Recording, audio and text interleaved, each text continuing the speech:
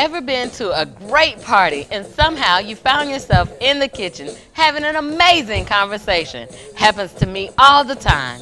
What if we could capture those moments or have more of them? So I called a couple of my friends to help me cook up some conversations in the kitchen. Welcome to Kitchen Talk.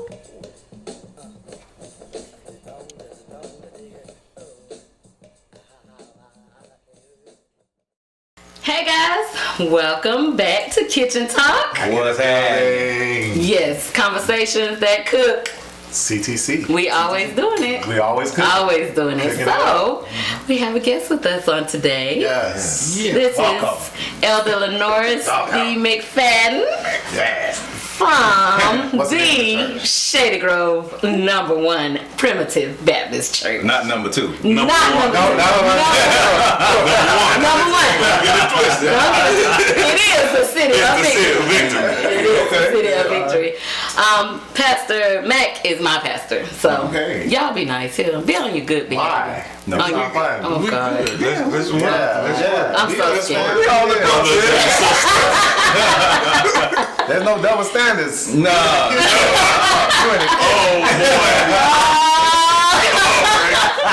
You know what? You are not gonna get me riled up on Hey, today. I love it. Man, Yes. That's what I do. Yeah, I know. Exactly. See? Oh.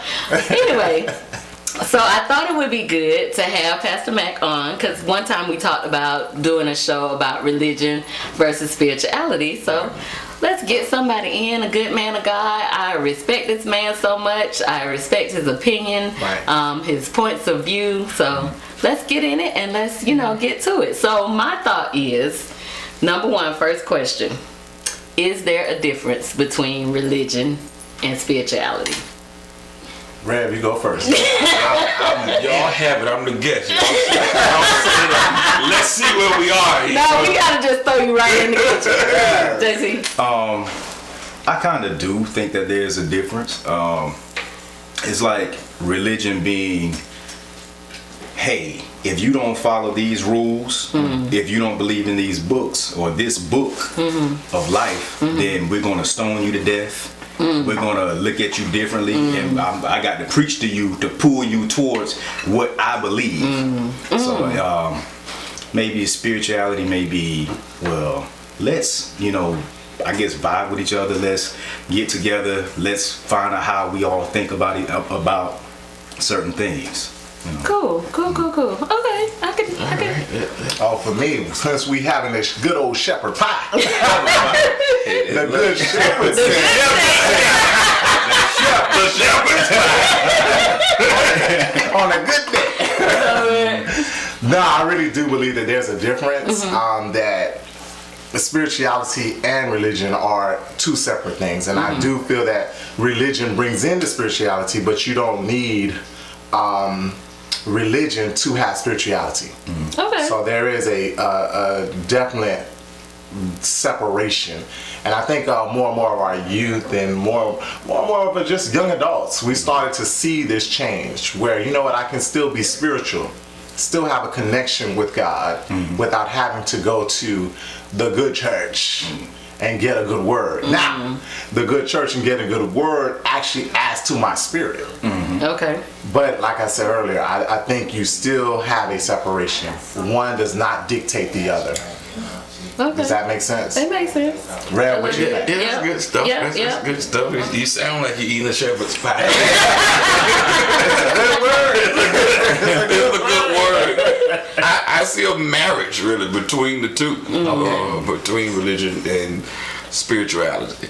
God is a spirit. Right. They that worship Him must worship Him in spirit and in truth. So that's the spirituality of it.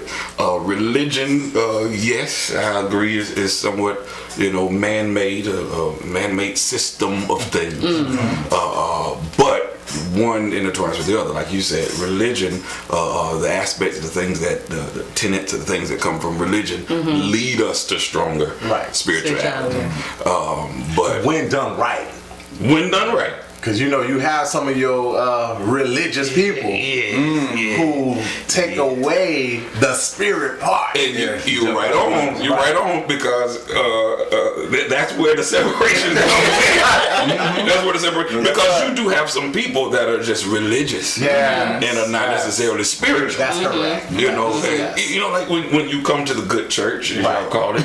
When you come to the church, you may encounter a religious person that may not like your clothing today. That's right. You know, and may approach you from a religious standpoint. Right. According to our book, according to our rules, you're not to wear this or say this or that. But it has nothing to do, with your spirit. Right. Yeah. But are we using religion and tradition intertwined though? Because to me, that's more of the traditions of the church rather than the religion of the church. I think the religion is the tradition. Because it's shared from time to generation to generation, pastor to pastor, priest to priest. We're just sharing our ways of doing things from one generation to the next. So I'm going to show you how there may be some tweaks along the way, but it is just a sharing of knowledge of how we do things, how we praise and how we worship. I think to piggyback on that, to define, I guess we have to define what religion is. Let's try to do that. Because it means so many different things. Right, to so different people. Exactly. You know what I'm saying? I think it is a system of beliefs. I think it goes more to belief, rather than the tradition, all that again breaks off from it. But it's what we believe in. Some people call that faith. We in some connected to some rural areas, and my family's from Monticello, Mississippi. What's up? Yeah. And growing up, I would come here in the summer for revivals. Right. They would have that first bench. The morning bench. No,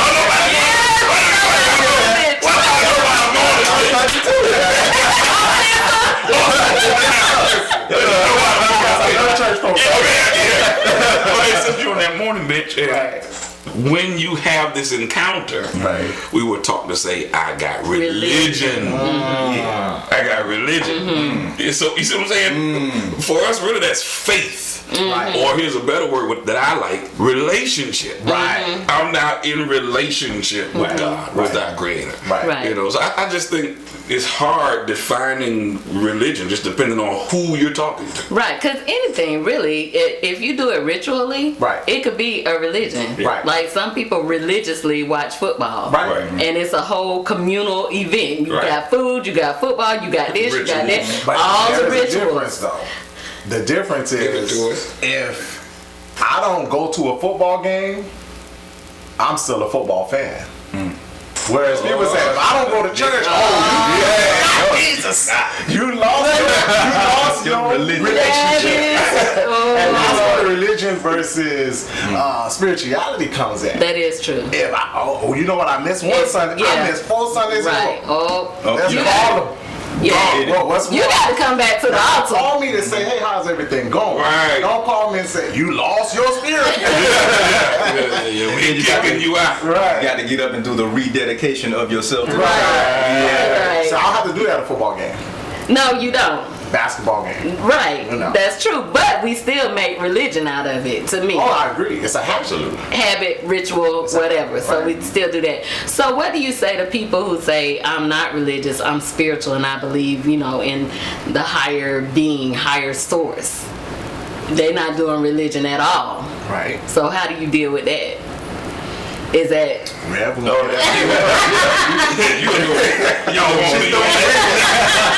me on that one? All right.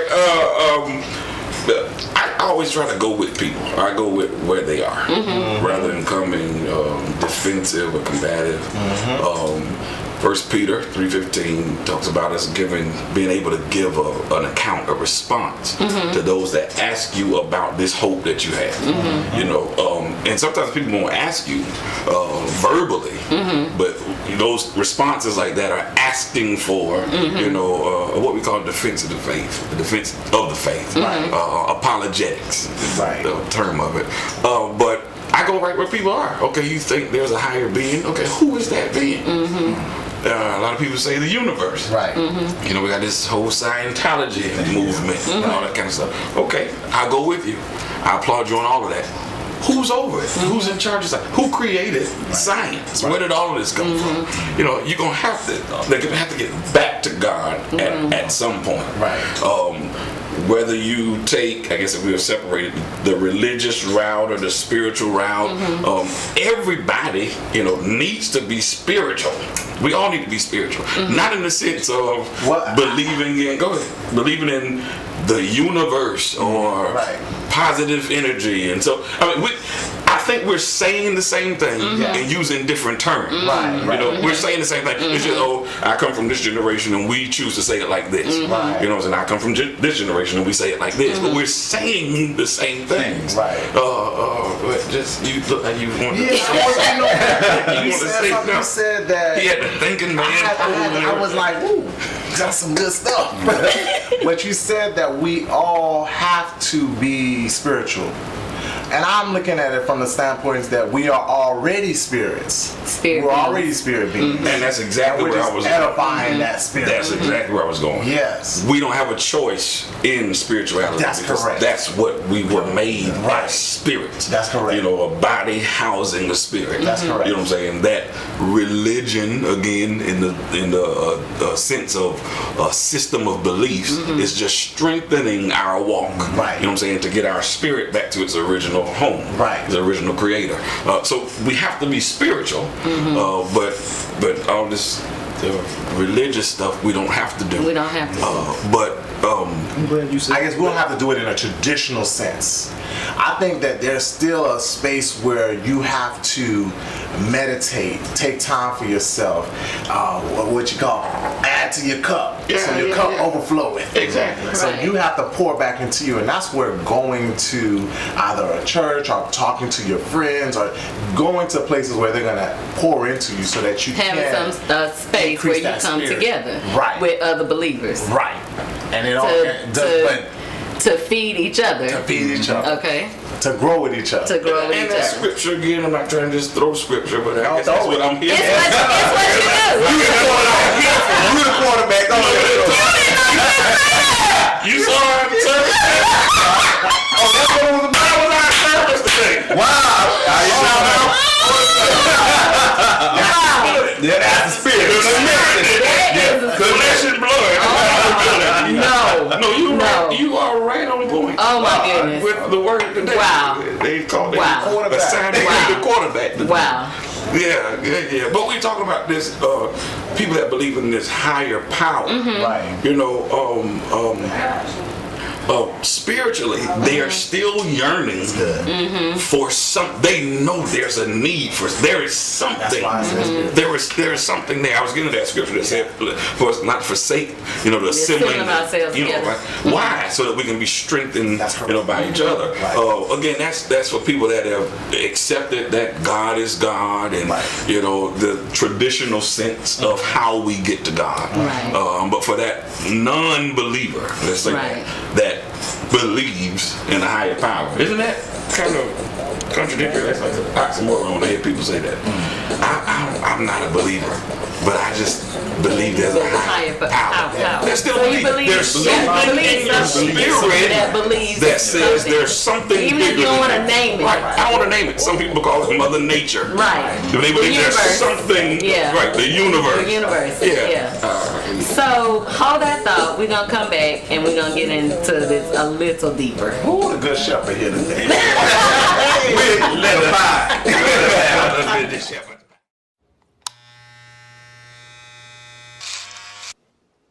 You've messed up your son's haircut. Mom? Do you A, try to fix it? Like it never happened. B, work with what you got? Or C, show solidarity? Thank you, baby. As a parent, there are no perfect answers. But you don't have to be perfect to be a perfect parent. Thousands of teens in foster care will love you just the same. This is no ordinary table. It's a mailroom, a community board, and a bank.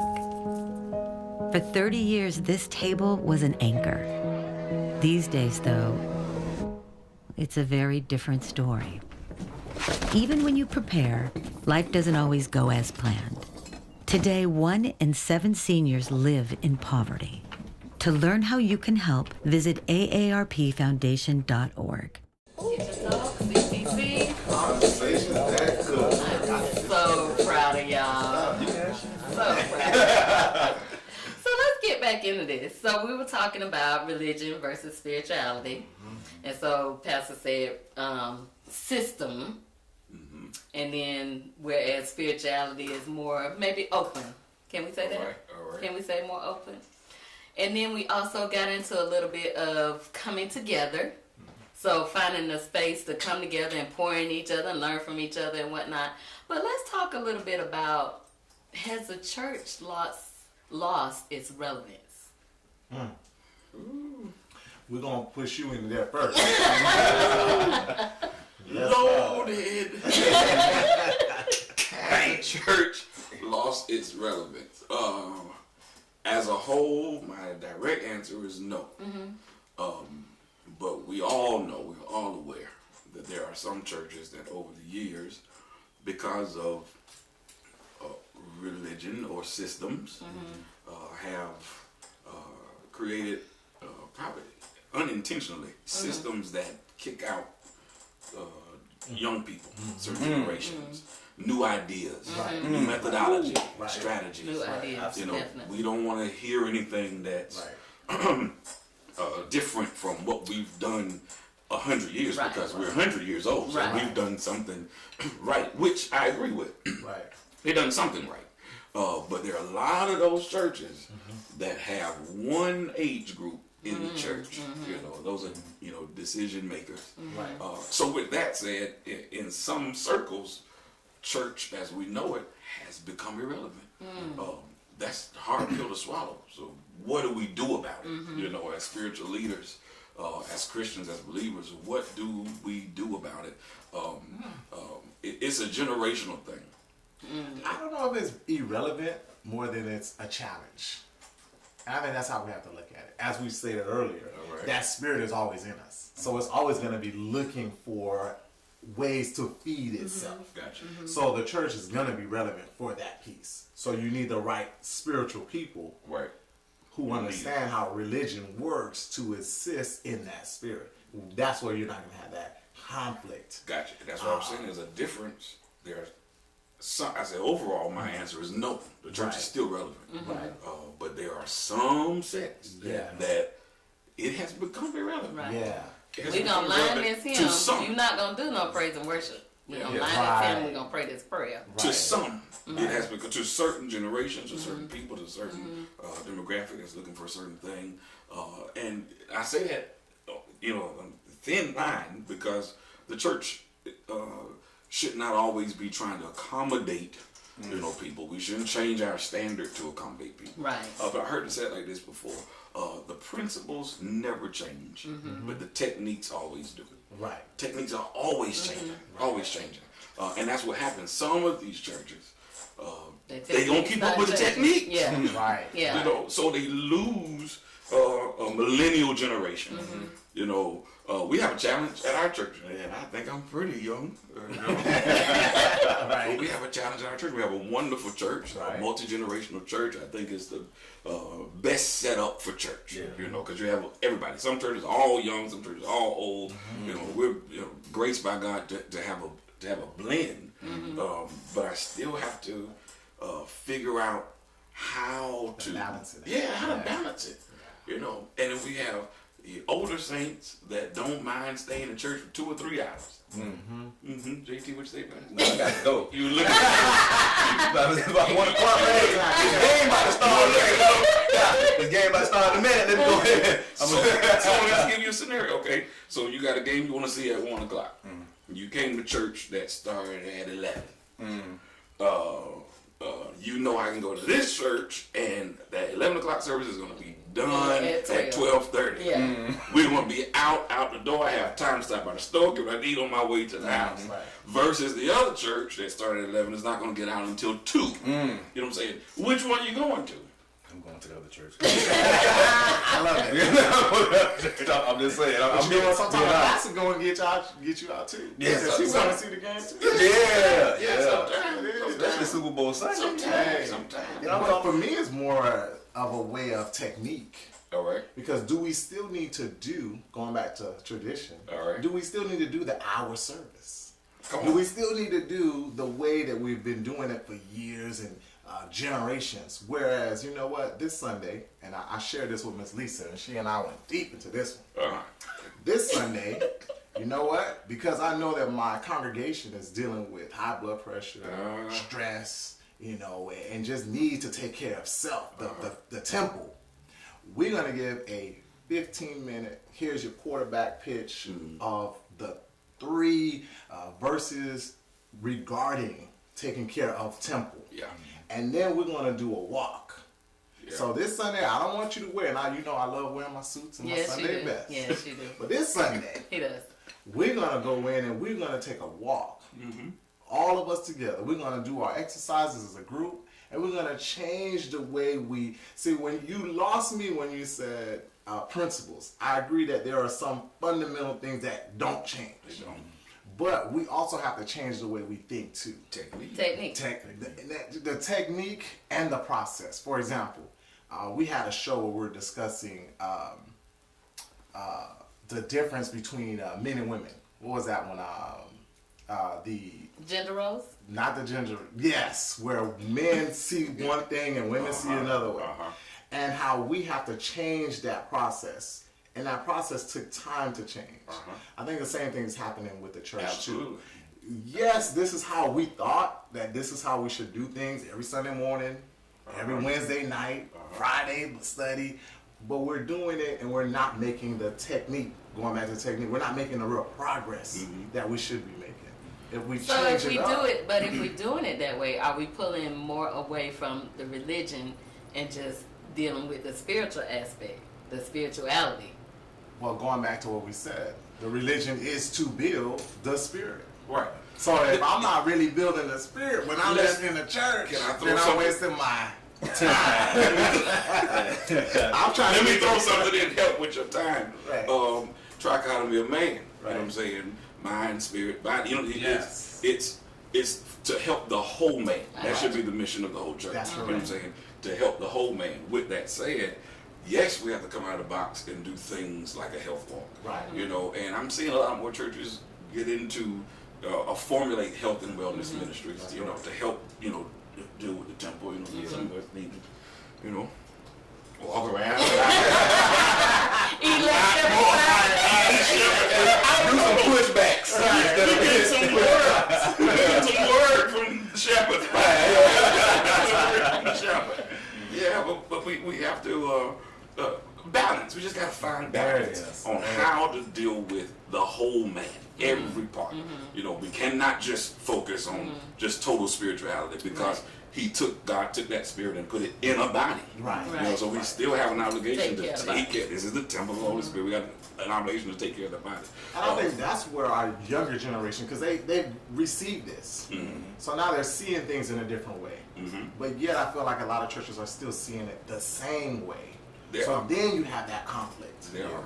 There are some, it's- I agree. There are a lot of churches that still are stuck in this is how we do it, this is how it's gonna be done. If you believe in God, you need to come in and change in and get in with our program, with how we're doing Right. things, because this is the right way. This is what has brought us this far. Right. And I think even before when we were talking about the farmers, we were talking about, Yes. this is what they knew, this is what they did. Ain't nothing wrong with it. Right. But what happens is we go off and we see something different. And we feel like different is better. Right. And so then we start downgrading what the tradition is, and tradition is no longer religion, it's no longer this, that, and the other, because we thought we saw something better. That's good. Instead of just saying, oh, this is different, I appreciate it. Now let's come together and see if we can find some happy ground medium. to see, Right. how we can meet in the middle and still be able to bring folks in, because that is the whole mission of the church, or the whole mission of religion, or the whole mission of spirituality, is make sure we all come together and get to the one place together. Ooh, you gave us a sermon. She said she did a whole lot. She did a whole lot. That was actually a really good example because I think too that the changing of batons, our passing of the batons, also needs to happen. You know, this is how we did it, and it worked. There's nothing wrong with it. But as we're getting ready to take it to a new level, I've given you the principles, the foundation. What can you do as a new pastor coming in? What can you do to take it to the next level? Right. Yeah, we do. It's that whole Moses Joshua. Oh, that's a good one. Yeah, that Moses Joshua thing. And Moses took it as far as he could. He was able to see it. See the promised land, but he wasn't able to go into it. It was Joshua's assignment. But Moses' generation, mindset, all of that had to die. You know, in order for Joshua, you know, to be able to take full leadership and get them to the promised land. Now here's the catch on it though. Joshua's first assignment was to finish what Moses was supposed to do. A lot of times I think as new leaders will come in, like you said, having seen something, ooh, I saw how they did it over there. And all right, they have 5,000 members. You know, let's do that. You know what I'm saying? But is that what the Moses assignment is for this house? You know what I'm saying? Let's finish that. Then God can clearly show us, you know, what's next. And I think that's kind of where the church is as a whole. It's generational shifts happening. You know, there's shifts from the Moses generation into the Joshua generation and so on and so forth. And we just gotta, you know, a lot of times as younger millennials, whatever generation we are, I get mixed up. I thought I was a millennial, then they told me I wasn't a millennial. I'm X, then they said I'm X, and then that's right. I'm 38. You're an X. You're X. I'm X. I'm X. And then one time they told us we was millennial. So I said, well, how? Anyhow, X's, millennials, Y, whoever's next, and all this kind of stuff. A lot of times we come in and we know what's best. You know what I'm saying? We don't want to sit and soak in the wisdom, you know, from the success and the failure of the Moses generation. Something to learn. Because when we hear their failures, we punch them. Oh, it didn't work because so and so, and it didn't work because, you know. When we really just kind of sit back and realize, wait a minute, they made it this far. There's just a technique now that needs to change. They can't keep up with all these gadgets and all this stuff that we need. And every child is in church on their phone doing something bad. You know what I'm saying? Sometimes they own the Bible, they tweet what you said. Wrong people too. You gotta sit on that one,